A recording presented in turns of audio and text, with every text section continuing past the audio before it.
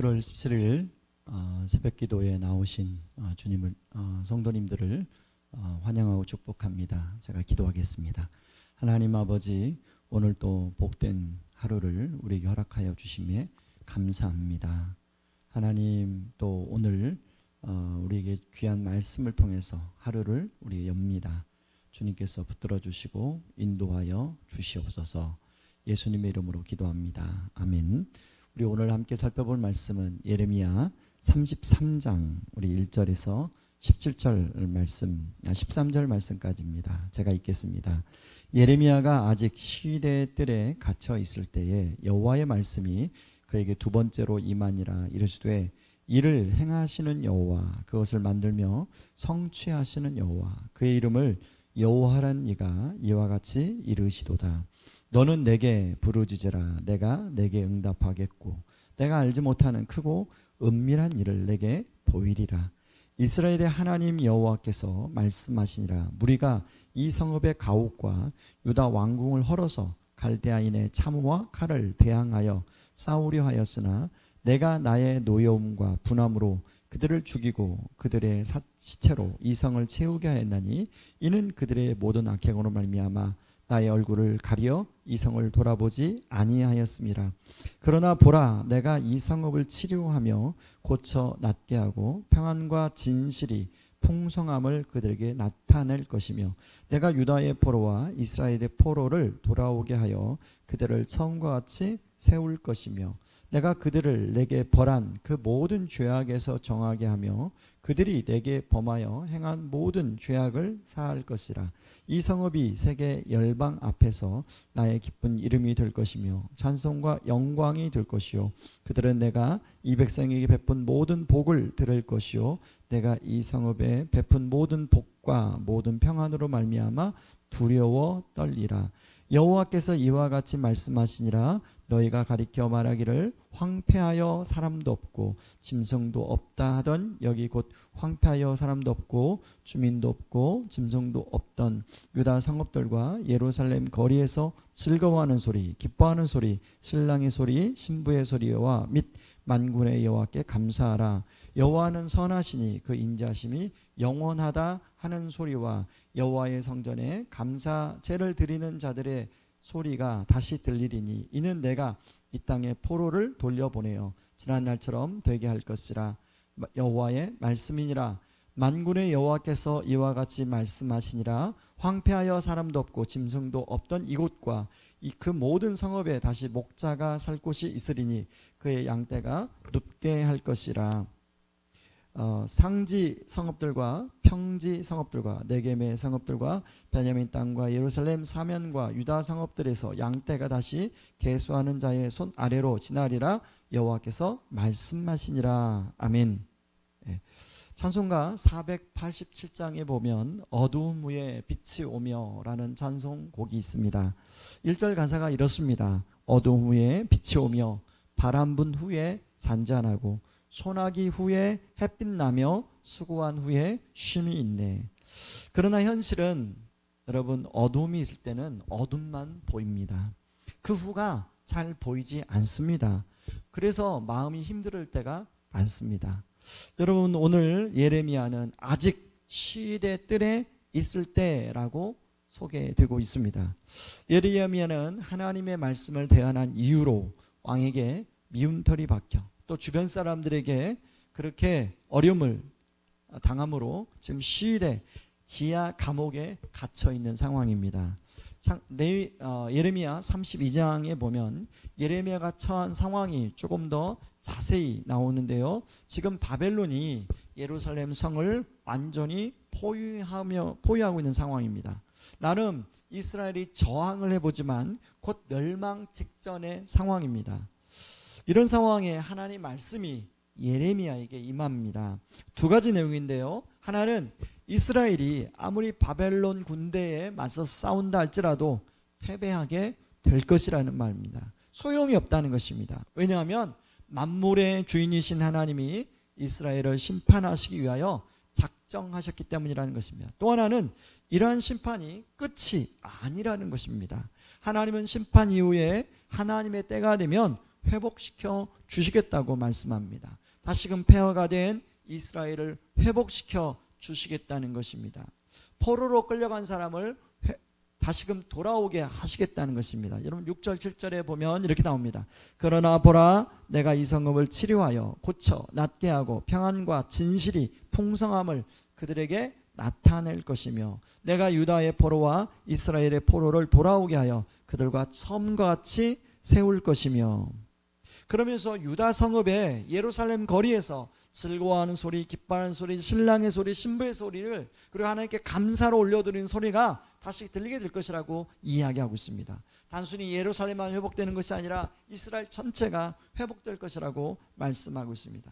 저는 예레미야조차도 마음이 낙심된 상황 때문에 바로 하나님께서 이 부분에 대해서 말씀하는 것은 아닐까 하는 생각이 들었습니다.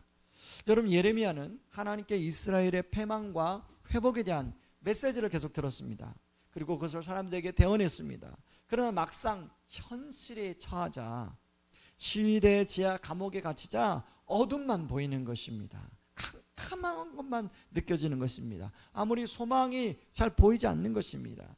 하나님은 이런 예레미야에게 소망을 주시기 위함입니다. 여러분, 예레미야는 그렇습니까? 우리 역시도 마찬가지일 때가 있죠. 눈에 보이는 것만 우리가 볼 때가 많습니다. 어둠 후에 빛이 온다고 찬송가 가사에서는 이야기하지만, 소나기 후에 좋은 날이 온다고 하지만, 억수 같은 장대비가 한없이 내릴 때는 마치 해가 죽은 것처럼 느껴질 때가 있습니다. 해가 나지 않을 것처럼 생각될 때가 있습니다. 이런 때 찾아오는 것이 마음의 낙심이죠. 낙심과 함께 따라오는 또 세트가 있는데요, 원망과 우울이 따라옵니다. 그렇다면 어떻게 낙심하지 않고 소망을 가질 수 있을까 하는 것입니다. 첫째는요, 어둠이 깊을수록 하나님을 바라봐야 된다는 것입니다. 여러분 2절에 보니까 예레미야 이렇게 말합니다. 이를 행하시는 여호와, 그것을 만들며 성취하시는 여호와, 그의 이름을 여호와라 하는 이가 이와 같이 이르시도다 라고 나옵니다. 여러분, 예레미야가 하나님에 대해서 잘 알았을까요? 몰랐을까요? 예레미야는 하나님에 대해서 잘 알았을 것입니다. 그런데 하나님이 예레미야에게 굳이 이렇게 말씀하시는 이유는 뭘까요? 바로 그것은, 예레미야야, 내가 누구인지 다시 한번 네가 더 잘 알고 바라보기를 원한다, 그런 마음이었을 것입니다. 예레미야는 지금 하나님을 잘 보지 못하고 있는 것 같아요. 자신이 처해진 현실과 빛이 들어오지 않는 감옥, 또 간간히 들려져 오는 바벨론에 의해서 예루살렘이 멸망해 간다는 소리들, 그리고 감옥을 지키는 군인들의 얼굴과 대화 속에서 비치는 두려움들, 여러분 그런 것들이 느껴질 때 만약 여러분들이 예레미야라면 어떻게 할 것 같습니까? 아시다시피 코로나 이후에 정말 우리나라 이 바닥 경기가 어렵습니다. 얼마 전에 지인과 통화를 할 계기가 있었는데요, 이 지인은 조그만 웨딩홀을 운영하고 있습니다. 그분이 하는 얘기가 뭐냐면, 예약 전화가 와야 가을에 웨딩 이 타이밍이 잡히는데, 지금 한참 가을 예약 전화가 와야 되는데 예약 전화는 안 오고 광고하라는 전화만 온다는 거예요. 그래서 광고를 하게 되면 그 광고 효과가 나타나야 되잖아요. 그래도 예약 전화가 안 오고 광고비만 날린다는 것입니다. 그래서 속이 상하다는 거예요. 그래서 그렇다고 해서 이제 어느 정도 몇 년 동안 계약을 했으니 당장 이것을 접을 수도 없는 상황이라는 것입니다. 작년까지만 해도 그래도 선방을 했었는데 올해는 너무너무 어렵다는 것입니다. 제가 통한 지인만 그런가요? 여러분, 우리 성도들을 만나보아도 비슷합니다. 정말 곤고한 때를 지나고 있어요. 분명 이 바닥 경기라는 게 좋았다가 안 좋았다고 하지만 당장 어려우니 힘든 것입니다. 바로 이러한 때 바라봐야 할 분이 있다는 것이죠. 여러분, 우리는 예수님 한 분만으로 충분합니다 라고 신앙 고백을 하며 그렇게 찬양할 때가 있죠. 바로 이럴 때 과연 나는 정말 하나님 한 분만으로는 충분한가를 깊이 생각해 봐야 될 때라는 생각을 했습니다. 그래서 하나님은 일을 행하시는 여호와, 이를 성취하시는 여호와, 이 여호와 하나님을 바라보라고 예레미야에게, 우리에게 말씀하시는 것입니다. 그런가 하면 두 번째, 그렇다면 그 하나님을 바라보는 것이 무엇인가? 바로 기도입니다. 3절에 보니까 너는 내게 부르짖으라, 내가 내게 응답하겠고 내가 알지 못하는 크고 은밀한 일을 내게 보일 것이다 라고 합니다. 저는 학생 때 정말 어려운 상황에서 이 약속의 말씀 붙들고 기도한 적이 있습니다. 저 개인적인 문제가 아니라 많은 사람들이 관련된 문제였기에 그분들과 함께 기도했습니다. 그런데 하나님께서 정말 놀랍게 그 기도에 응답해 주셨습니다. 우리가 생각하지 않는 크고 놀라운 일을 하나님은 보여주신 적이 있습니다. 그 이후로 저는 이 말씀을 볼 때마다, 그리고 어떤 상황 어려울 때 올 때마다 이 말씀 붙들고 약속의 말씀으로 여기고 기도합니다. 하나님 약속한 대로 포로의 70년이 지나고 이스라엘을 회복시켜 주셨죠. 포로 기록한 말씀이 에스라, 느헤미야, 에스더입니다. 그러나 그 성경을 보면 바벨론 포로에서 사람들이 돌아왔지만 오늘 본문 말씀처럼 그렇게 회복되지는 않았습니다. 여전히 주변 강대국들에게 어려움을 당하고 가까스로 스룹바벨 성전을 건축하고 느헤미야를 통해서 예루살렘 성을 재건합니다. 그러나 여전히 약소국의 국민으로 어려움을 당하는 모습이 나와요. 그렇다면 오늘 본문의 약속들은 희망 고문인가? 라고 생각할 수 있습니다. 여러분, 예를 들면 9절에 보면요, 이 성읍이 세계 열방 앞에서 나의 기쁜 이름이 될 것이며 찬송과 영광이 될 것이요, 그들은 내가 이 백성에 베푼 모든 복을 들을 것이요, 내가 이 성읍에 베푼 모든 복과 모든 평안으로 말미암아 두려워하며 떨리라. 여러분, 하나님은 신실하신 분이기 때문에 결코 빈말을 하시는 분이 아니죠. 바로 이 말씀이 최종적으로 성취되는 때는 바로 다시 오실 예수님이 이 땅에 오실 때라는 것입니다. 오늘의 말씀은 예레미야를 통하여 이스라엘 백성들의 회복에 대한 메시지이기도 하지만 동시에 예수를 믿는 백성들의 최종적인 회복에 대한 메시지이기도 하기 때문입니다. 이 땅은 언제나 불완전하죠. 어느 정도 성취되지만 완전한 성취는 만왕의 왕이신 예수님이 오실 때 성취가 됩니다. 그렇다면 그렇게 힘들게 살아가야 되는가 반문할 수 있죠.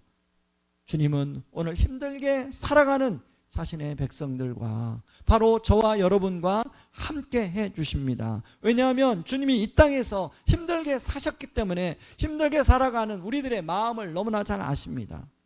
그리고 그 상황 속에서 주님은 우리의 주인 되어서 그것을 성취해 이루어 나갔습니다. 그리고 우리를 소망 가운데 이끌어 가십니다. 오늘 또 이 예수님을 바라보며 소망 가운데 나아가는 그런 하루가 되기를 주님의 이름으로 축원합니다. 우리 말씀 붙들고 같이 기도하길 원합니다. 하나님 아버지, 주님, 우리가 어떤 상황에 놓이든지 낙심하지 않고 절망하지 않고 좌절하지 아니하고 하나님 말씀, 주님을 바라보며, 하나님을 바라보며 이를 행하시는 여호와, 이를 성취하는 여호와, 나 여호와가 이루노라, 그 하나님을 바라보며 하나님 소망 가운데 나아가게 하여 주옵소서. 특별히 너는 내게 부르짖으라, 그리하면 내게 응답하였고 크고 은밀한 일을 보이라 말씀하셨는데, 하나님이 이루실 크고 은밀한 일을 소망하며 나아가는 오늘 또 하루가 되게 하여 주시옵소서. 같이 기도하며 나아가기를 원합니다. 같이 기도하겠습니다.